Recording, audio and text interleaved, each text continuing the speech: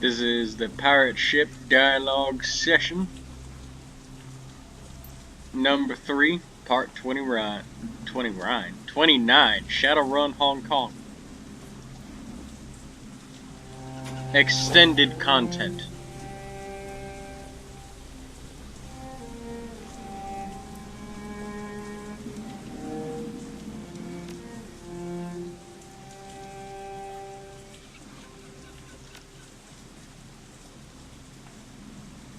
Alright. Let's see.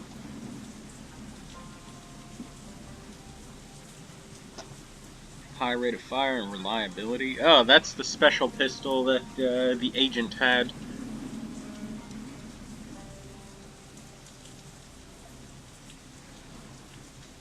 We got Ingram rifle.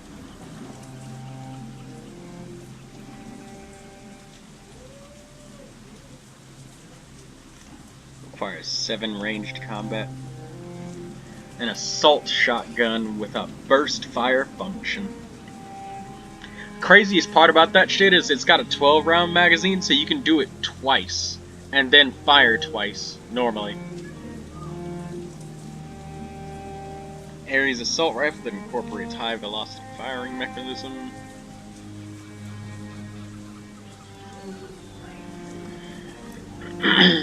So we gotta get a second Ares for Duncan. And we gotta get ourselves a Barrett. Surprisingly, this Barrett 121 is actually stronger than the laser rifle. By a lot. It pierces 3 armor.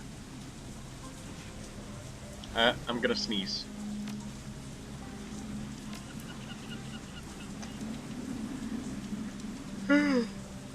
Nope. Just gonna yawn instead. Let me get this. Smart Link Ares Alpha.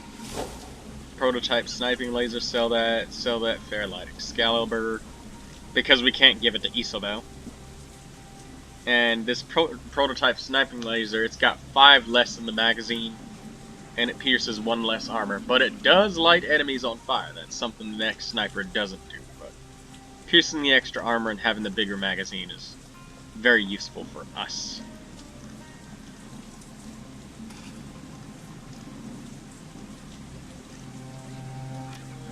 Let's get rid of these advanced medkits. And we're gonna get stronger medkits than that for ourselves.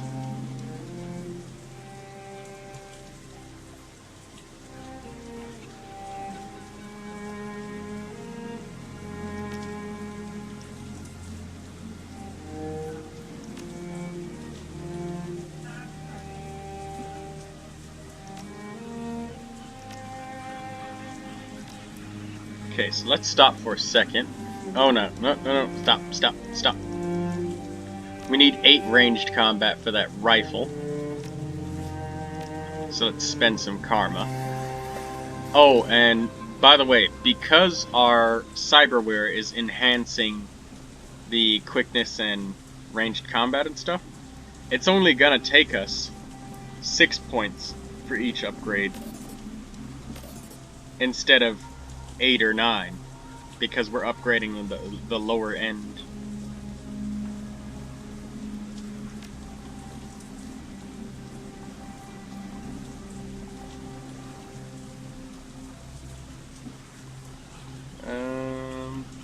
Yeah, that's good. We'll get the other upgrades later, but we're good now. We got about all we're gonna get.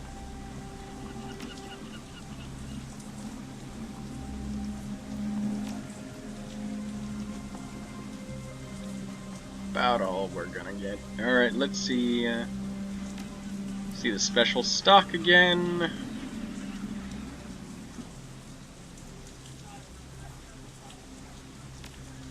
Barrett model 121. And let's exchange that for the cannon. I still like that AUG because it tracks enemies, can boost the team's accuracy. I'm gonna give this Panther assault cannon to Duncan. because he's oftentimes a lot closer. So he's going to have this assault cannon and a taser.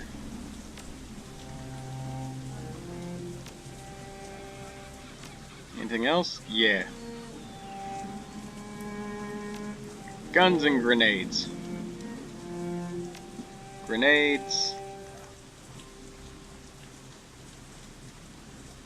I like the armor stripping grenades.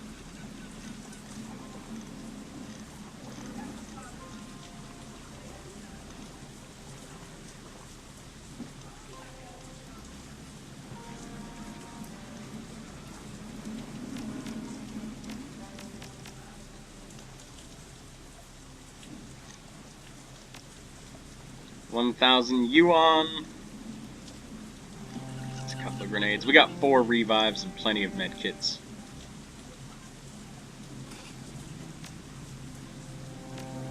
That's it, Quartermaster. Thank you.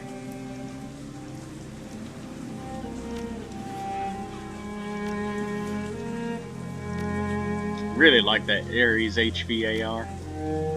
You can't use single shot and stuff anymore, so that means you have to commit 2 actions. But most of the time, most characters only have 3 actions. That's the base. Even people's builds.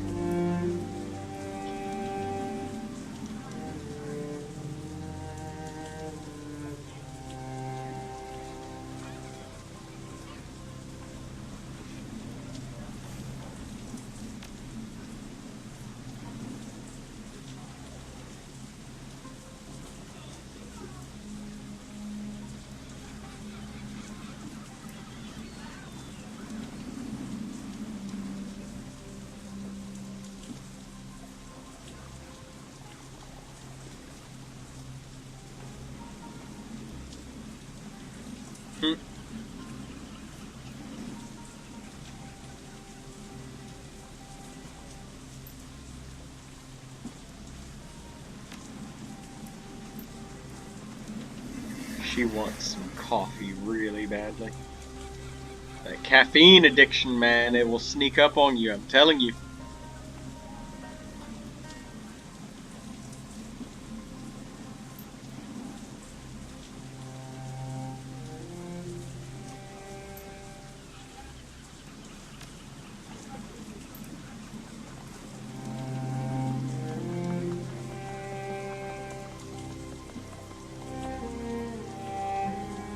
Can't talk to the fish lady anymore? Nope. Not a thing. This guy's just got this thing floating in front of him. I think he's supposed to be carrying it, but the developers just didn't animate that.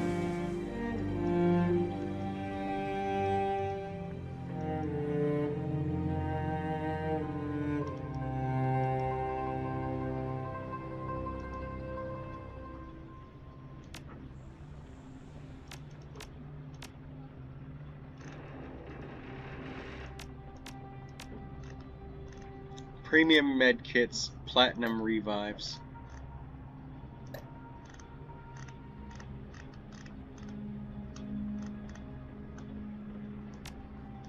Sell all of the half-ass meds that we have.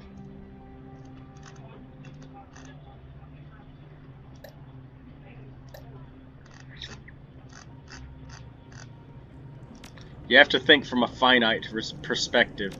These purchases I'm making are clearly not efficient. Not in the slightest.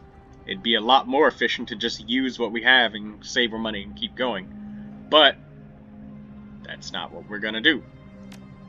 We're going to use top-of-the-line equipment as much as we can. Oh, fuck, I forgot. Those medkits have a requirement. Shit. Alright, well, I'll use this. There we go.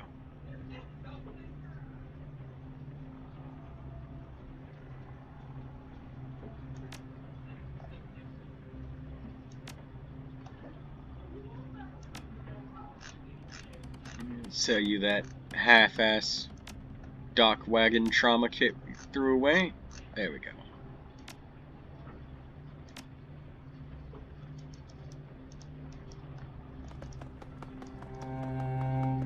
I want to talk to Captain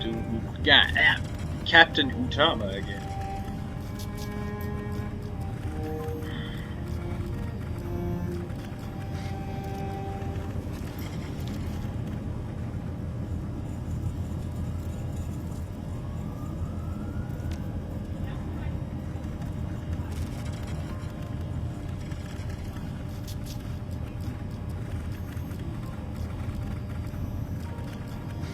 Out of my strenuously busy schedule.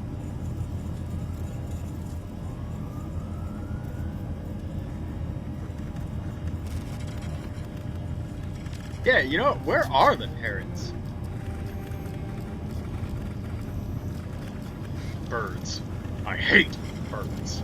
They're nothing but loud, nasty scavengers. Especially seabirds. The little monsters cannibalize other members of their own flocks. Did you know that? You won't ever find one of those dirty sky rats on board the Benteng. We've got ways of handling them. Thankfully, they don't taste half as bad as they act. You show me a pirate with a parrot and I'll show you an idiot smeared with bird shit.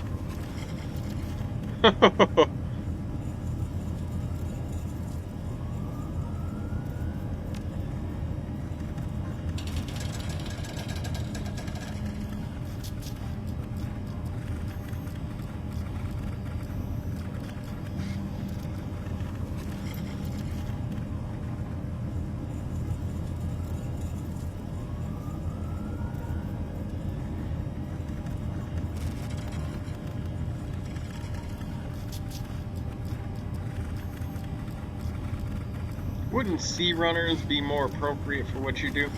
Sounds like there's a lot of overlap between our professions. No, there's definitely not.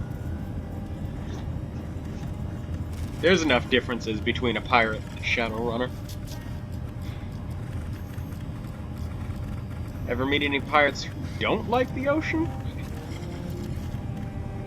Oh shit, my belt just pinched my skin. Holy shit, that was extremely painful. Ow. Yeah. No. There are names for the people you describe. They're called thugs, robbers, smugglers, or bandits. Among many other names, some can even be found on boats, hating every moment of their miserable lives. But they are not pirates. You aren't a pirate if you can't handle the sea. Hey. Aw. Can't talk anymore to Captain Utama, huh? There were some more options for dialogue there, but we didn't get them. Because we explored other options.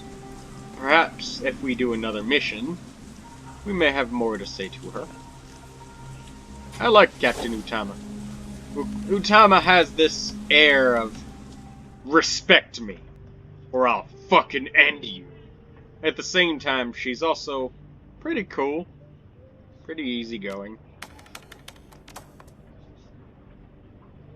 Alright, access to Shadowland BBS.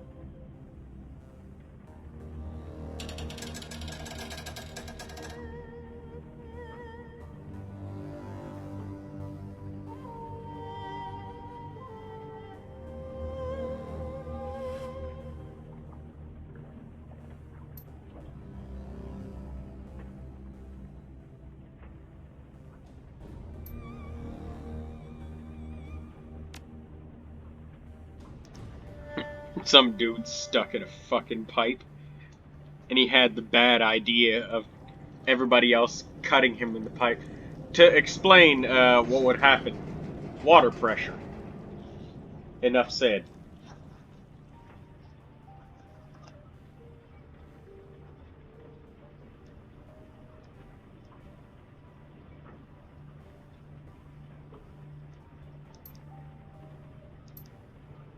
The caffeine shivers.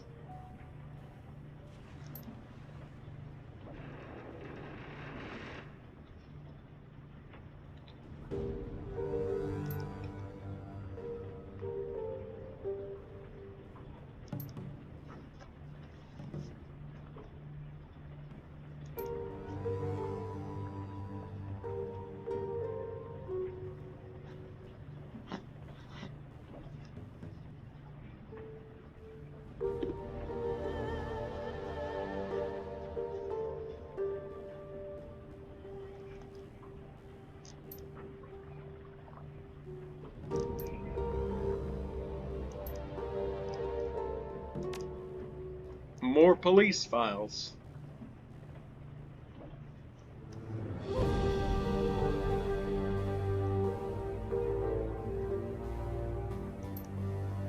Robbed banks to feed the monkey.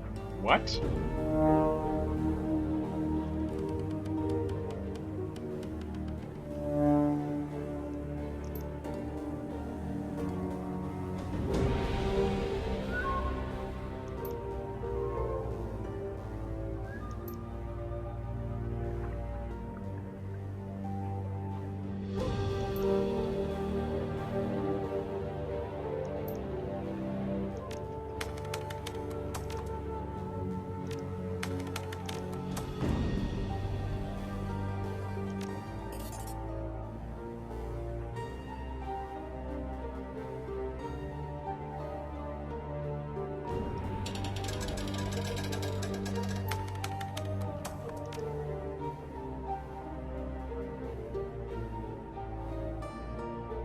You could probably get more money if you tell that Janet lady to just fucking kick rocks and stay down there unless she spreads a global pandemic.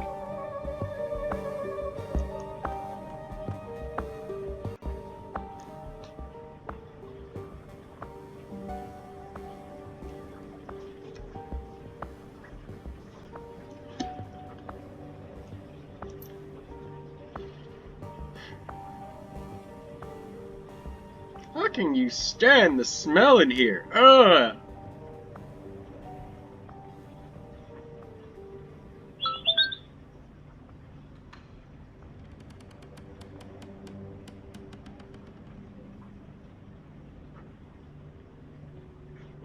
God.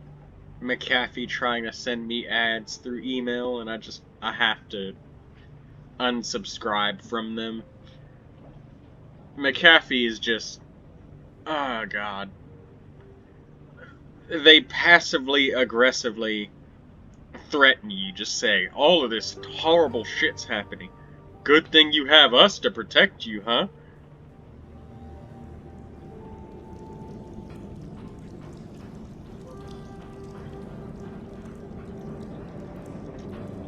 The most useful button on an email is the unsubscribe button.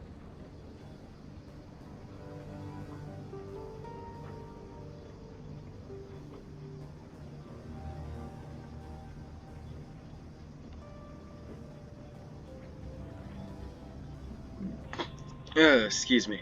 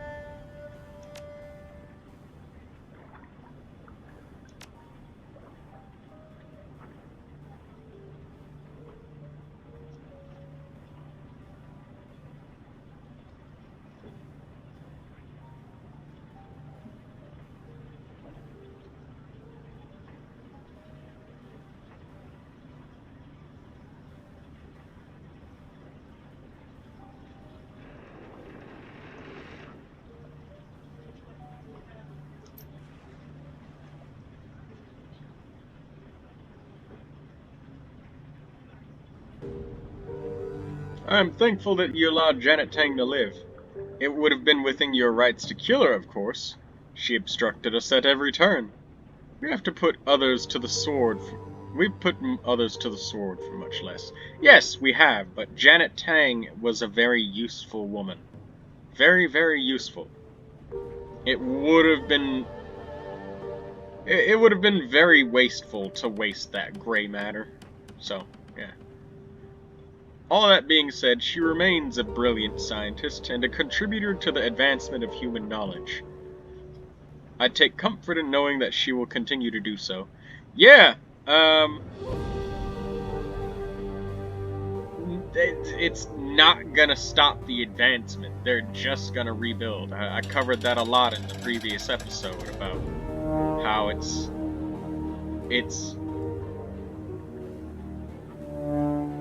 you're not really stopping them. You're just slowing them down and also causing unnecessary collateral damage and suffering in the process. Because technology will advance. People will question, you know, how can I make this thing that I have better or more efficient? How do I make this spear better? Oh, I can sharpen it. Oh, I can use stone for the tip for the spear now. Oh, wait a minute. I don't have to poke things with it. I can throw it. Oh, you know what? If I add feathers to the back of it, now it flies a bit more straight. Oh, you know what? Maybe I can make an object that helps me fling this spear better. Now you have bow and arrow. Technology will advance. Knowledge will advance. You will never be able to stop that. No one can. Not for long.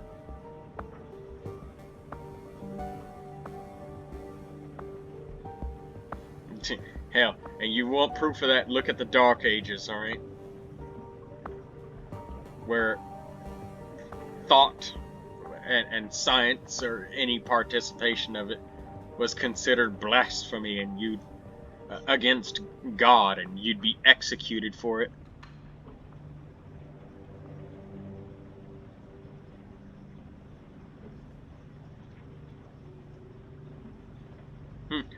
Well, our species would be better off without. Get the fuck out of here, man. There's a reason people do these things, for better or for worse. But either way, it's going to advance. Not even the almighty Christian church can fucking stop it.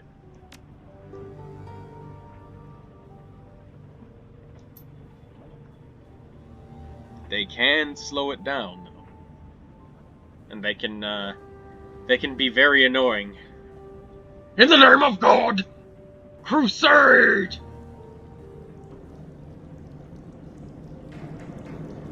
Kill anyone that doesn't bend their knee to the sky and hold the cross.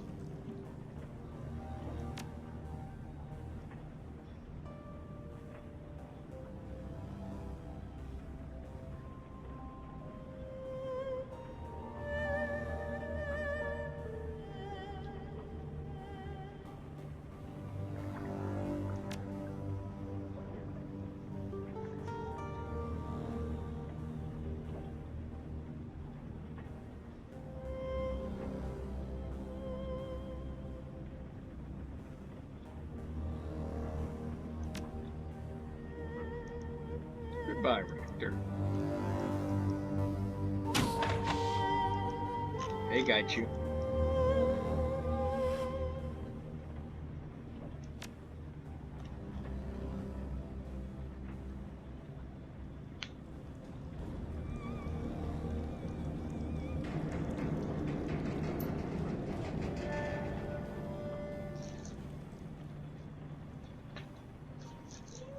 I'm unconcerned by the morality or lack thereof involved in the creation of weaponized plagues. Yeah, somebody's gonna see, oh hey, people get really sick from ammonia. I wonder how we can use that as a gas. Maybe it can be an effective grenade to clear out trenches during world wars. Then you get shit like the mustard gas.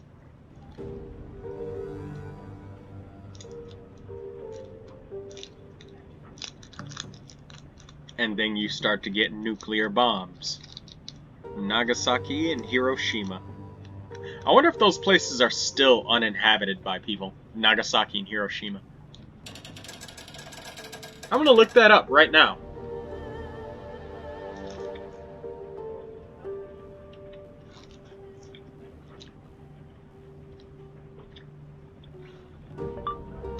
Are Nagasaki and Hiroshima uninhabited? According to We Are the Mighty, today, over 1.6 million people live and seem to be thriving in Hiroshima and Nagasaki, yet the Chernobyl exclusion zone, a 30 square kilometer area surrounding the plant, remains relatively uninhabited. Well, there you have it.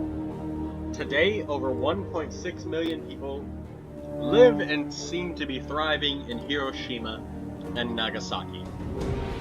But the Chernobyl exclusion zone, a 30 square kilometer area surrounding the plant, remains relatively uninhabited.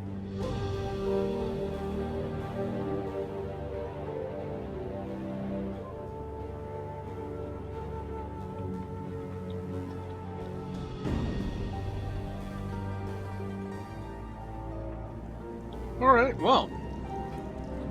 So, people are living there. I wonder if anybody's grown a third arm.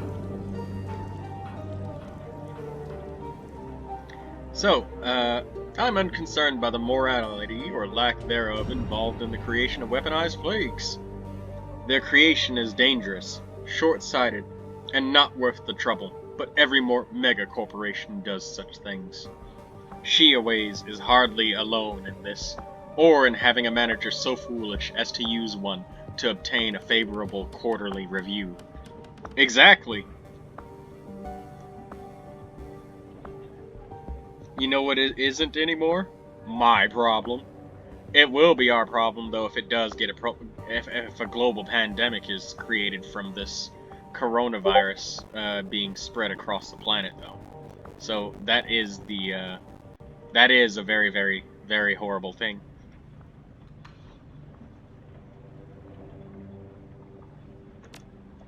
Yeah. Why should I not be? What are we to do more single-handedly? What are we to do? Single-handedly root out the secret research and morally reprehensible behavior of every single mega corporation? We would be at it for a lifetime. I think it is a hydra of massive proportions. Exactly. That's exactly what I said, Gaichu. Thank you. Still, we are paid. We survived. And nothing worse happened. I would count it as a success. So would I, Gaichu.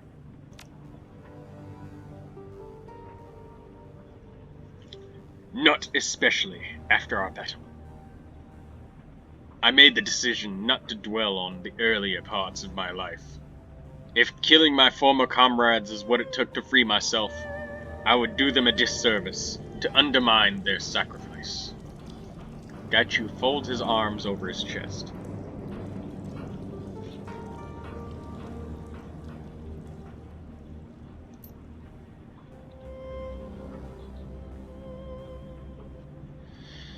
It was a necessary act. You convinced me of this, and I would still believe that you were correct. Now that I consider it, it is likely I would not be here with you now had I not acted. I likely would have fled Hong Kong. You know, that is actually true. If you don't do certain things, when you reach the extended content edition of the game, depending on the decisions and stuff that you've made and the things you've done, characters you've talked to, characters you have not talked to, Maximum Law could have gotten handled by Strangler Bao. He specializes in strangulation, and Maximum Law would have been strangled. And then you still would have been able to repurchase tech, but there would have been just a robot placed there, and you can just buy tech from the robot, and that's it. Gaichu would be gone. You would no longer have access to him. Ractor, I think, would have just left you too, so you'd be like left with Isabel and Gobbet, and I don't know if Gobbet would have been okay. Gobbet would probably be moody and pissy because she had to kill all of her friends and sink that fucking raft and have all of them drown to fucking death. Isabel, she'd probably be fine. She'd be fine with her memories locked away, and she'd be her normal self, floating around on the Matrix, enjoying herself. So I guess Isabel would be one of the only characters who wouldn't be too horribly affected. But yeah, 100% you will lose Gaichu. Or if you kill Gaichu, you can even be really fun about it, and like, you know how Duncan can non-lethally eliminate opponents?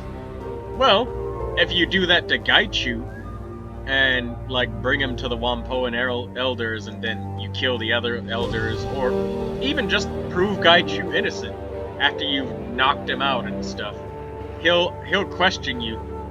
Why did you do that to me if you knew that I was innocent? And you can just reply, oh, I just did it for fun.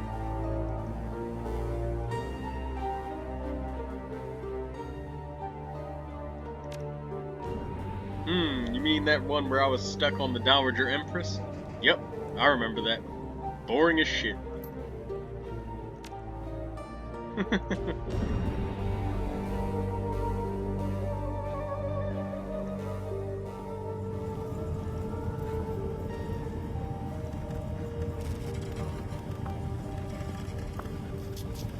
Leans back.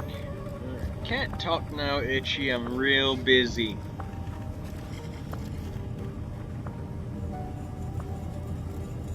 So important. Alright, I'm in the middle of a fight, but I'm winning, so it's no big deal. Just destroying this Matrix jockey who's gone too far with his jokes. Got him locked in a system right now, but it's fine. He doesn't pose a danger or anything. So he's a cyberbully.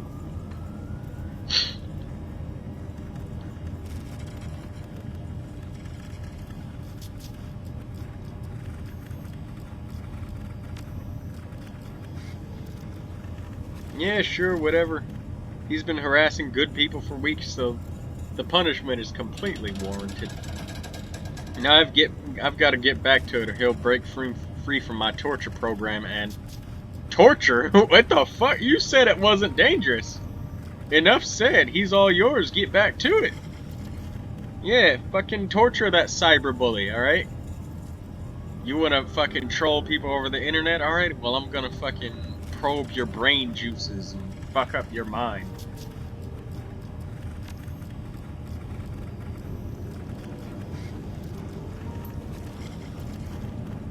Shit, he got around my lockout. He's probably back at Meat Space, pissing his pants right about now. Damn it, I wasn't done with him yet. Yeah? That's how I felt when I played Dark Souls, alright? That is how I felt when I played Dark Souls.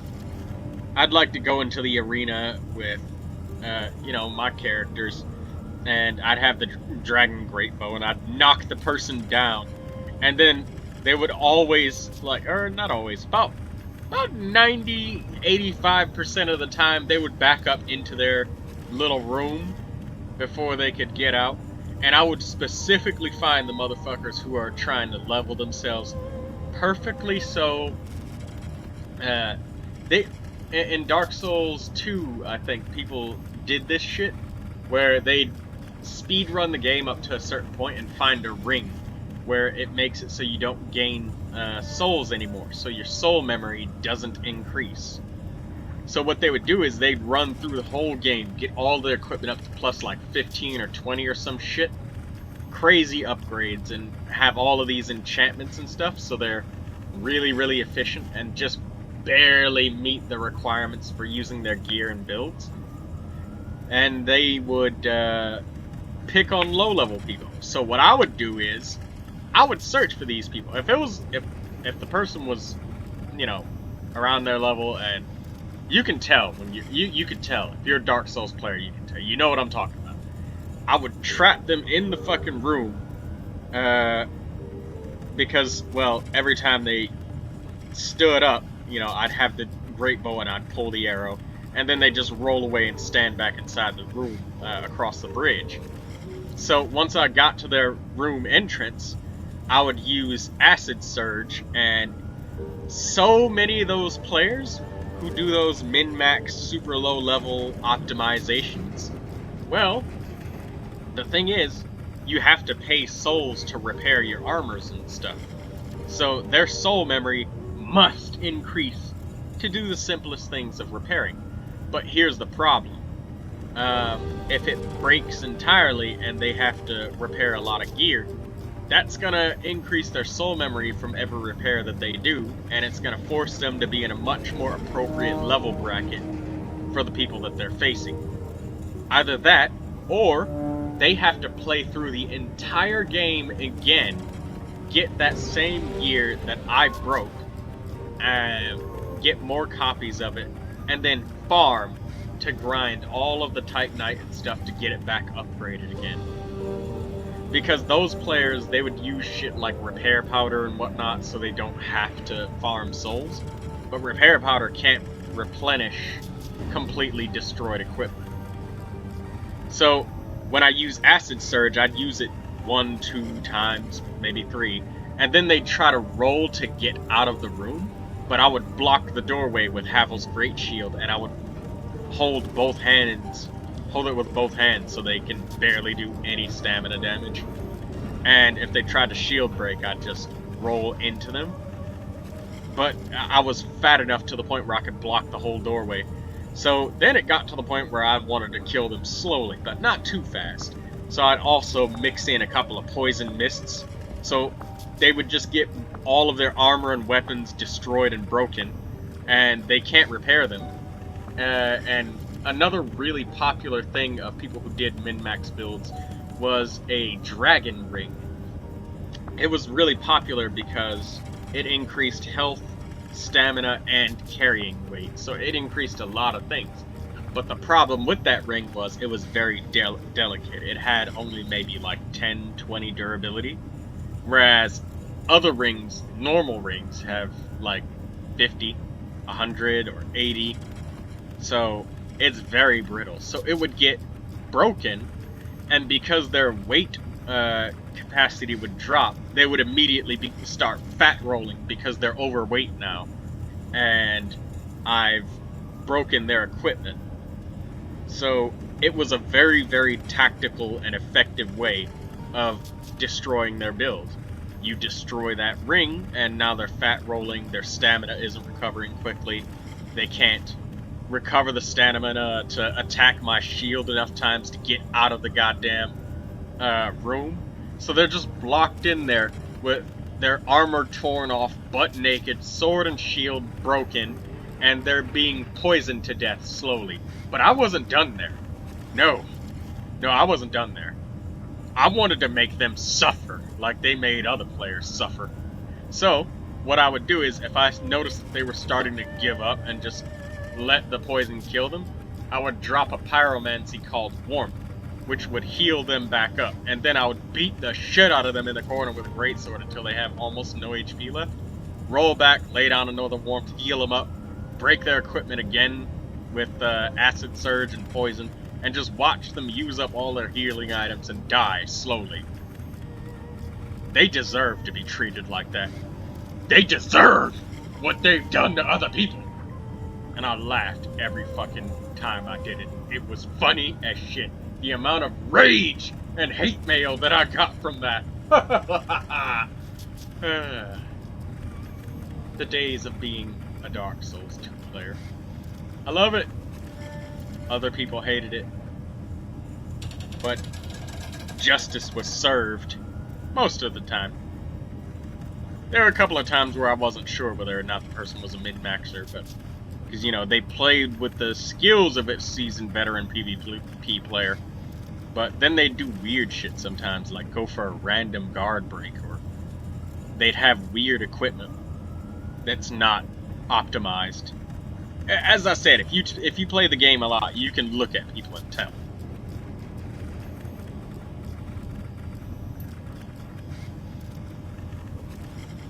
Next time, I'll lock my door.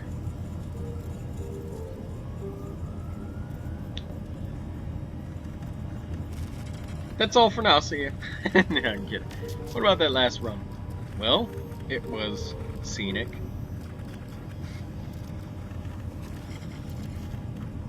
Was it really that bad?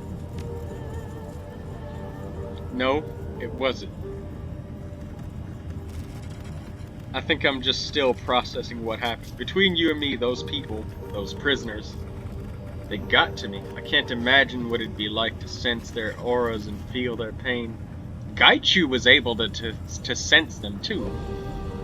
And if you bring Gobbet down there, she tells you, man, this is disturbing. She doesn't feel good at all. Gobbet doesn't like it at all. Even her two little rats, Folly and Molly, they get all skittery down there around those people. Between you and me, those people, those prisoners, yeah. The whole thing's left me kind of unnerved. I rely so heavily on my tech to see it used that way, and to know that the Matrix tech I use every day might have gone through human trials like in that lab, just like that one. Yes. Exactly. Even the laptop I'm using right now probably went through trials and errors at some point in time for the pieces of technology used within it. The heating, the cooling, the power system, the recharger, the battery, testing exposure to humans, and you know, it did have a cancer warning on the side of it when I opened up the box. But you know, nobody ever reads that type of shit. They just like to use the end product and not think about what it went into developing it. You cannot stop technology's advancement.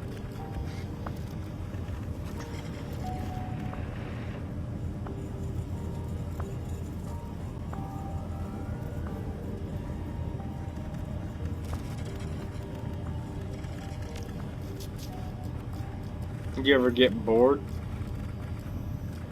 Hint taken, see ya. Rude. Can't blame me for that one, you walked right. Yeah, I did kinda set myself up for that one. That was uncalled for, Isabel. Why do you gotta be so weird? She's trying to be fun and playful, alright? Don't be mean, alright?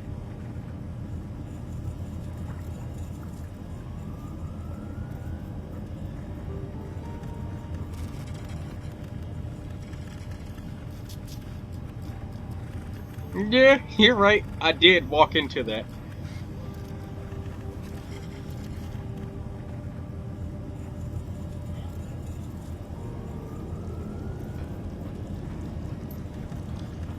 It takes a special kind of creativeness to get bored around. The only circumstances I've found tiresome are when someone dull is talking.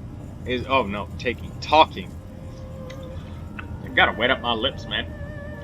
It actually is kind of exhausting on the on the front of having really dry lips, talking a whole lot for an extended period of time. Or if I'm stuck in a job with wrong people, green runners, the wait in a haystack for 500 years before we strike kind of idiots who always die a couple of runs into the game. 5 horrible, itchy hours laying in that haystack. Oh, Isabel. She laid in a haystack for 5 hours. Got any plans after we finished off Crate? Definitely. Got plenty of upgrades I need to perform on the octopus. Gonna try converting her into mineral oil cooling system.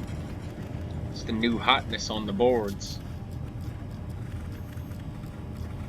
Mineral, how does that even work?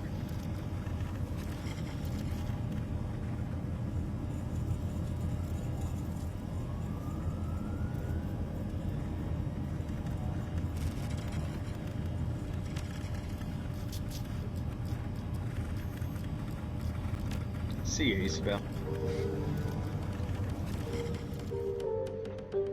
The noodle machine. Bro, I swear to God, Gobbit. You better not be eating. There's noodles on the fucking table. She's eating them.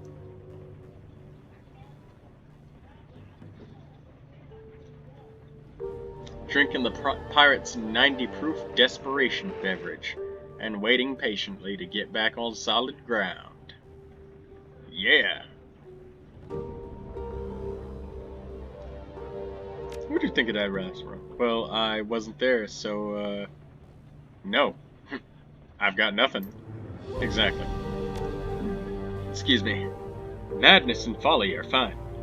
Give them food and a place to hide, and they can adapt to pretty much anything. They're kind of inspirational in that way, you know? Gives me something to look up to. You look up to your pet rats? Sure, I guess. I wish I had somebody to look up to like that. Sadly, everyone I know is beneath me. Oh! Oh!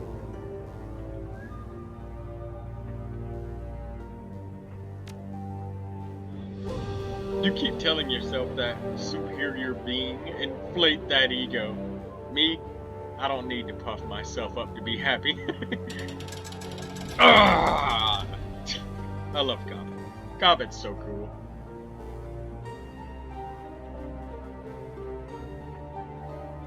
Me? I don't need to move this. Madness and folly. Oh, I called them Molly and folly. Okay, madness and folly. And I'm happy for it. Capital R rat is a spirit totem. Madness and folly are rodents that you pulled out of a dumpster. Not the same thing, Gobbit. They're close enough, and besides, I love them, so lay off.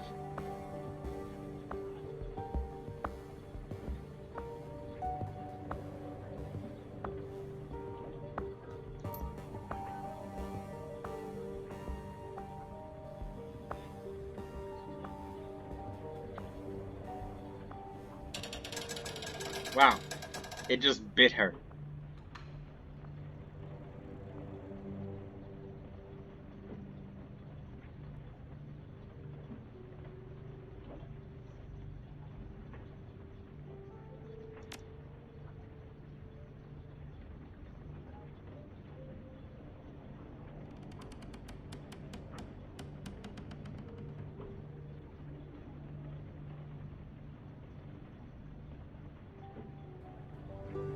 If that's your takeaway, who am I to argue? No one, that's who.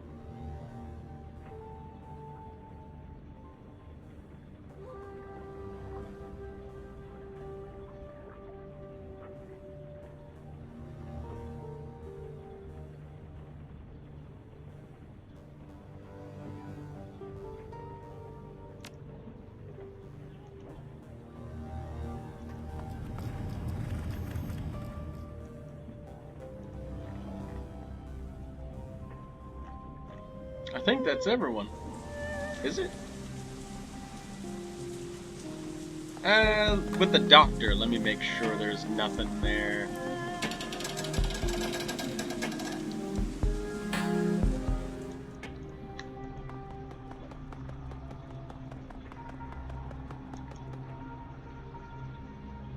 Okay, yeah, there's nothing.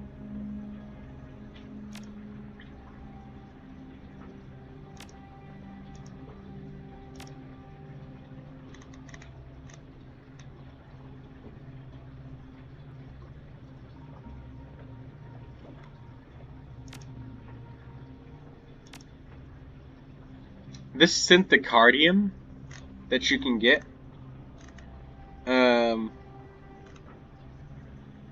you can actually use that to overcome that moment where your character's willpower gets tested, where you get sucked into a dream and Strangler Bow saves you from being run over by a subway train.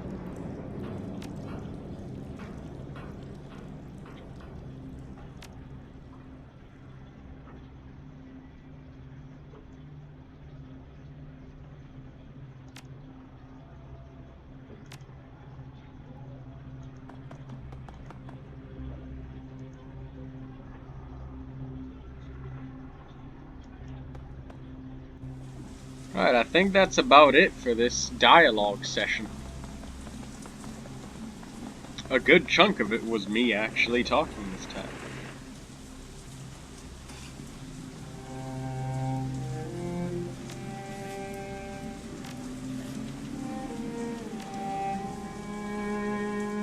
Save.